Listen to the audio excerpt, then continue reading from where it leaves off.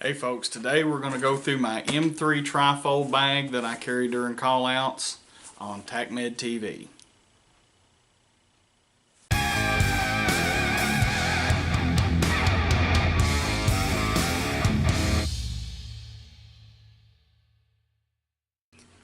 Hey folks, Steve with TacMed TV here. Today we're going to go through my M3 trifold bag that I carry during call-outs and training, and just kind of show you some of the stuff that I have available basically at my fingertips.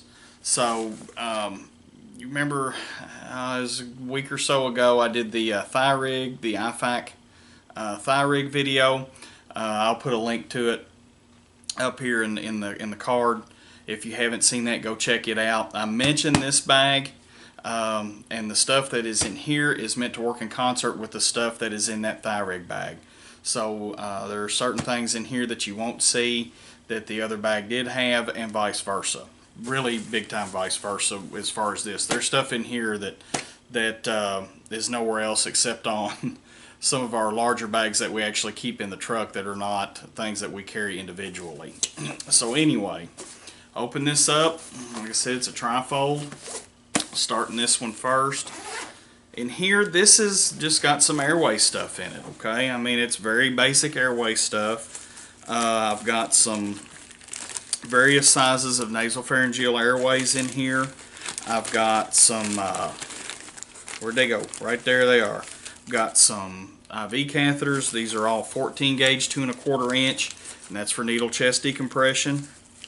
I also got some Vaseline gauze for occlusive dressings for sucking chest wound, and yes, all chest wounds suck. I've also got several Asherman chest seals in here that I carry, also again for sucking chest wounds. And then I've got some ABD pads and 4x4s, just extra bandaging stuff, okay? And that's pretty much all that's in this in that particular compartment. So moving to the middle compartment here, one of the middle compartments.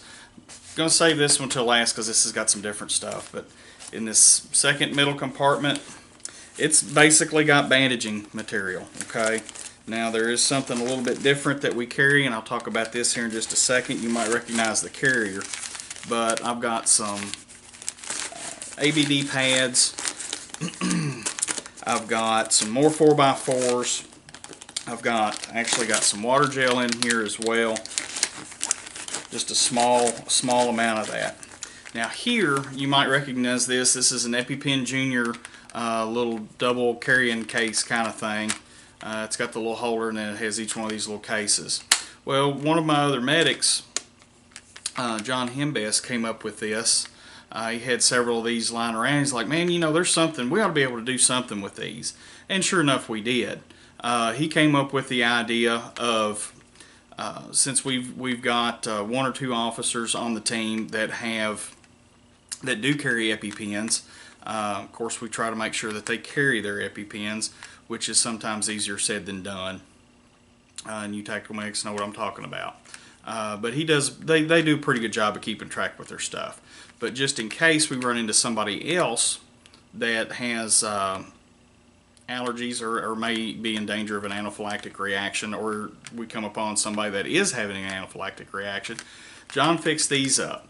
And one side of it, this one here, has a 3 cc or 3 ml syringe with a 20 gauge 1 inch straight needle on it, an alcohol prep, and it also has a 50 milligram vial of diphenhydramine, Benadryl, okay, because Benadryl is in our allergic reaction anaphylaxis protocol. All right, on the second side here, we've got a 1 ml syringe, alcohol prep. The 1 ml syringe already has a needle on it, and we've got a vial of 1 to 1,000 epinephrine in here, okay, to give sub-Q. All right. So this case right here keeps it protected. It keeps it all in one spot, which makes it real easy. You know, if it's a stressful situation, anything that you can do to simplify your movements, it works extremely well. So we've not had to use these yet, and I hope we never have to, but we do have it if we need them. And each medic on the team has one of these little kits set up just exactly like that. So that's the interesting part in that compartment. All right, the top compartment here, the big main compartment. Open this up, and this has got some different stuff in it. Okay, it's got, of course, it's got gloves in it. Don't lose those. Set those right there because they're going to go back in here. I've got some triage tags because you just never know when you're going to need them. I saved that for later. I've also got an IT clamp, and I did a video on this a while back when I first started the channel. If you haven't seen it, I'll put a link to it, and you can go check that out. It's an interesting video, and it's an interesting piece of equipment. So let's set that right there so we don't lose it. I also have 2 more soft T tourniquets. Again, I've done videos on these. I'll put a card up for that too. But these are handy to have. Set those right there. I've got 2 huge multi-trauma dressings stuffed in here. I've also got, there's some more triage tags. So I've got a total of 5 triage tags in there. Of course, a pair of scissors. Of course, I think we all carry scissors. I've got a pair on my heavy vest that I'm actually probably going to end up doing a video on, because they're not just your regular scissors, but you'll see what I'm talking about when I get to that video. I've also got a blood pressure cuff in here. The stethoscope is not in here. The stethoscope is usually around my neck. Go figure. Strange, right? So anyway, that's what's in this top compartment. And the other thing that's also in this top compartment is my Sharpie. Okay, since I've got the tourniquets in the top compartment, or the main compartment, that's where my Sharpie is. Okay, so again, like I said, you use that to put the T on the forehead, time, and the location. But it's also, as I've mentioned in other videos, it's also really good to document, if you don't have another way to do it, to document any procedures that you do, vital signs, whatever. You can document that right on their skin. Go down their arm with it, if that's a spot, on their chest, whatever, on their back if you need to. Whatever you have access to, you can document, and then everybody that comes in contact with that patient will see what's been done. So it's kind of handy. That's just another reason to have that Sharpie. All right, and I'll have to stuff this back in here later. So anyway, in this middle compartment here that I hadn't gone into yet,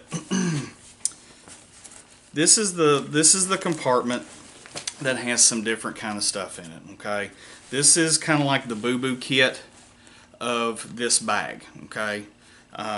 This is the kit that's got my Benadryl. If we use it, try not to use. We try not to use it. We try to, if we've got officers that have allergies, usually they're taking whatever it is that they take that's going to be non-drowsy. Benadryl's not the best thing for our situation, because it can have that effect. It can make you drowsy. So we try not to use that. If we do, that person comes out of training, or they come out of the call out and they're excused. Okay, so the other stuff that I carry in here, I've got my Tylenol. I've also got some ibuprofen in here. I've got some red bags, because I'm a big advocate of, if at all possible, clean up your mess. And that's, I've got adhesive bandages in here, just varying degrees of stuff. And like I said, this is kind of the boo-boo kit. Alright, we've got some eye drops and things like that. And these are just things that you might need on hand relatively quickly. We have another bag that we call our sick call bag.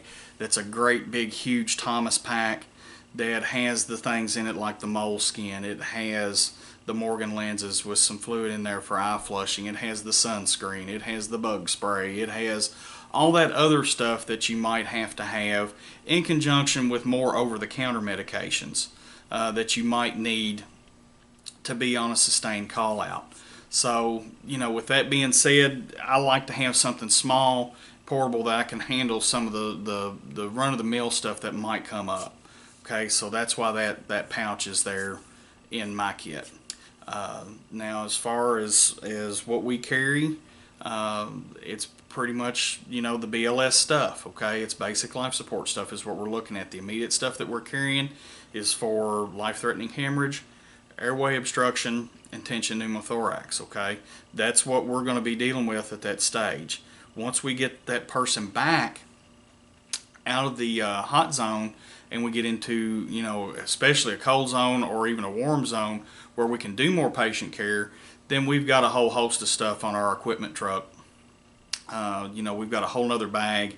It's actually one of the Black Hawk Stomp 2, I think it's a Stomp 2, medical backpack that's filled up with all of our advanced life support stuff. That's where our medications are, like the Narcan and the epinephrine, the atropine, the lidocaine, the amiodarone, the D50, the sodium bicarb.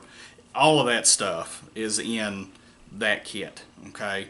Plus our advanced airway stuff is in that kit, where our laryngoscope and our ET tubes and our laryngoscope blades, that's where all that stuff is, okay?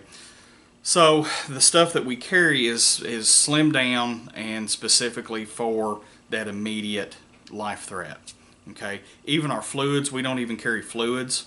You know, if we get into something where we're having to, say we've got a large structure that potentially has somebody hiding in it and we have to make entry on that, at that point I might consider throwing the backpack on as well, just in case we get hemmed up and we get pinned down somewhere where I don't have an immediate access or egress out of that area, and I've got to kind of stay and deal with the patient for a little while until some things get resolved. Then I might grab that pack. So overall, like I said, the stuff that we carry on us is for the immediate life threats. You know, even the fluids are in another bag. So anyway, that's that kit. I hope you liked it. Give you just a little idea of what we carry when we're actually doing the job. If you all are carrying something different, you tactical medics out there, you're carrying something different, you've got a different loadout, let me know what it is, okay? I mean, I'm definitely not the end-all be-all authority on this stuff. So if you're doing something differently, you're carrying something that I didn't show that has been beneficial to you, share it with me. I'd love to know what it is, because it might be something I need to add to my kit, okay? So again, free exchange of information. So anyway, if you like this video, leave me a comment in the comment section below. If you didn't like it, let me know what you didn't like about it. That's how the channel's going to get better. That's how I'm going to be able to get better, okay? That's how I'm going to continue to give you good content, is with your involvement, letting me know what I can do for you, okay? So with that being said, I'll put the subscription button probably over here somewhere. I'll probably put a video or two up, and so y'all can go check those out. And that's pretty much it. Thank you for your time. I really, really appreciate it. Until next time, my name is Steve with TacMed TV, saying stay safe.